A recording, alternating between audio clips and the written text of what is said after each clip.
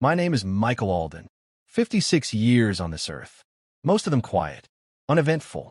The kind of life that leaves no particular footprint on history. I was the sort of man who didn't draw attention, kept his voice low, his life private, his expectations modest. If I had regrets, they were small ones, dull around the edges, softened with time. I believed that if you worked hard and treated others decently, the world would give you at least enough peace to get by. I was a husband, a father, a maintenance supervisor at St. Crescent University, though for decades before that I'd been a carpenter. I lived by simple truths. Measure twice, cut once. Don't speak if you don't need to. And when you love someone, you show it in actions, not words. A quiet life was a safe life, or so I had believed. I had watched the world change from behind the glass of a workshop window, from the sidelines of a life I thought was mine. And for most of that life, the world had agreed to leave me alone. But every life has a fracture point, a moment precise enough to split you straight through your center, a moment that divides your story into before and after. Mine came on a storm-heavy night at 2:17 a.m. when the doorbell rang. The rain had been coming down hard for hours, one of those relentless downpours that drowns out the hum of the world. It battered shingles and gutters, filled drains, swallowed footsteps. I had been awake anyway, though I couldn't have said why. Some instinct under the skin, some unease I couldn't name. The kind of intuition that whispers something is wrong without explanation. At first, I thought the ringing doorbell was a mistake. A drunk, a delivery gone to the wrong house. But when I reached the hallway, I saw the outline through frosted glass. A tall figure, solid build, shoulders set with deliberate stillness. Not a stranger, not a neighbor. Authority. I opened the door. Cold wind and rain rushed into the house like a gasp. The man standing there wore a dark hat and a soaked coat, rainwater tracing lines down his face. Detective Jonah Kerr.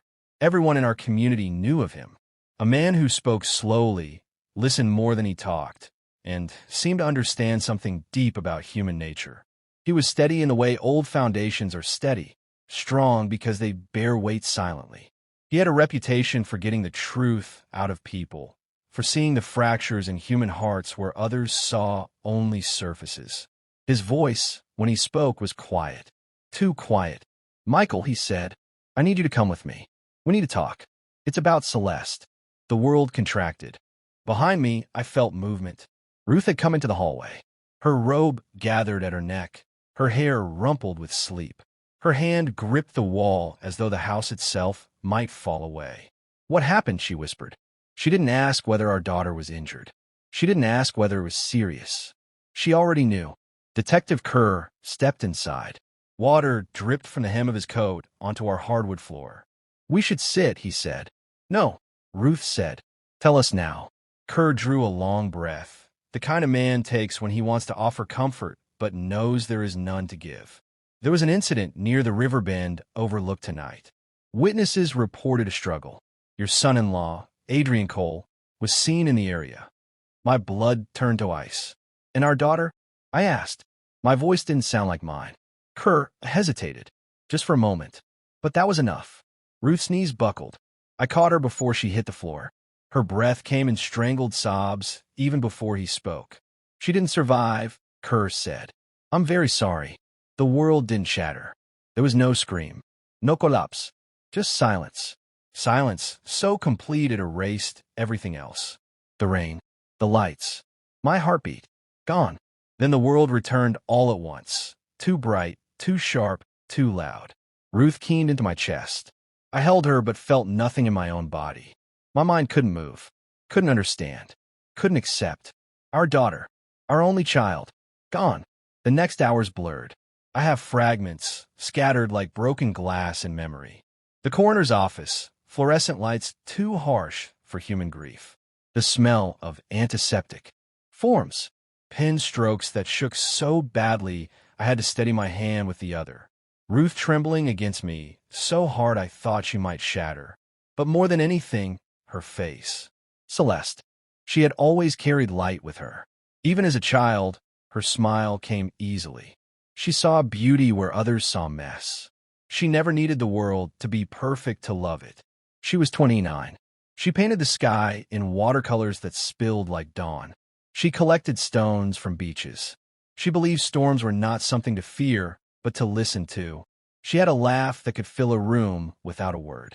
And now she lay still on a metal table, hair damp, lips pale, skin too cold. Her eyes were closed. Thank God, because I could not have survived seeing them empty.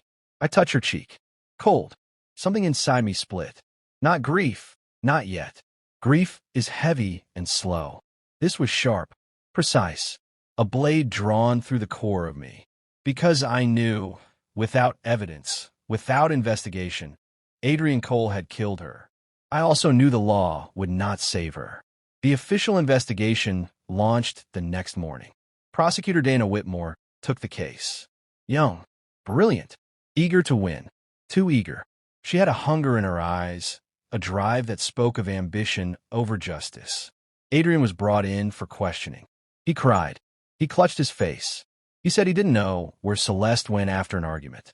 He said she had been emotional. He said he was devastated. I had known him for 6 years. I had heard the way he spoke to her. Soft words sharpened with possession. Affection used as confinement. Men like Adrian don't scream. They corrode you quietly. The detectives questioned him for hours. He requested a lawyer. Everything stopped. The case became procedural. Cold. Technical. We have what we need, Whitmore told us. She was wrong.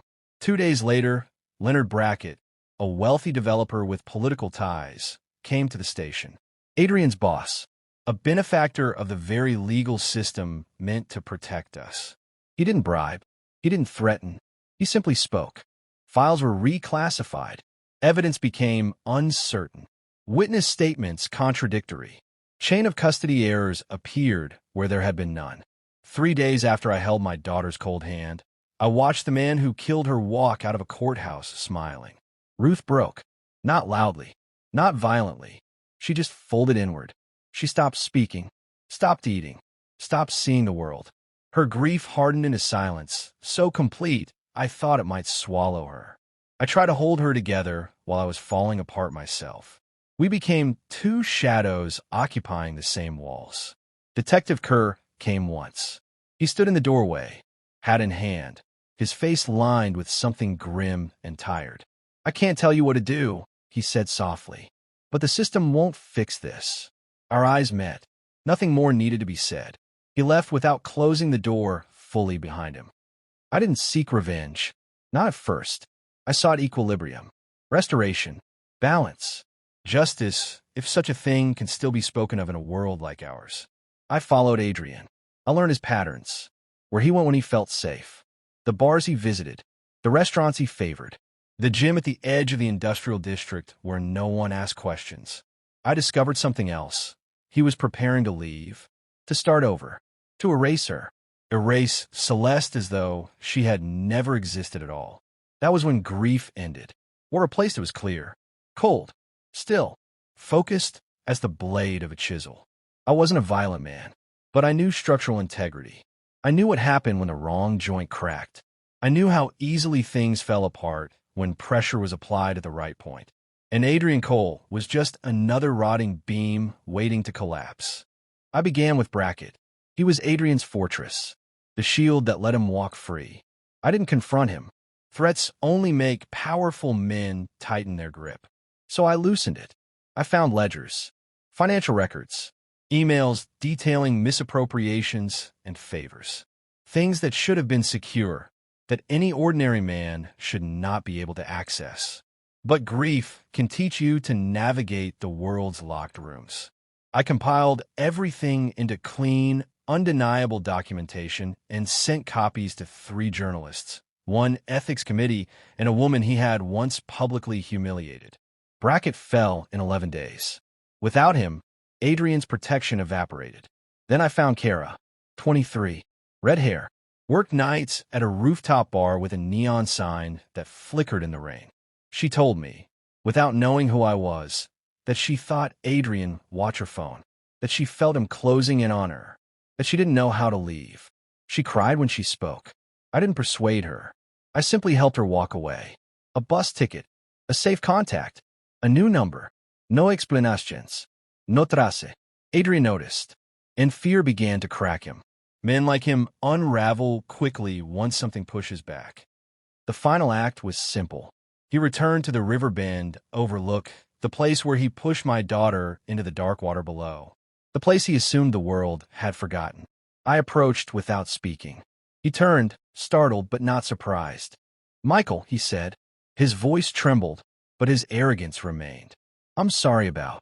"You don't say her name," I said. Something in my voice must have told him the truth. "You think you're the hero?" he sneered. "You think this makes anything right?" "No," I said. "I'm not the hero." I stepped closer. The river churned below, black and endless. He moved first. Panic makes men sloppy. His hand went into his jacket. Too fast, too desperate. I didn't flinch.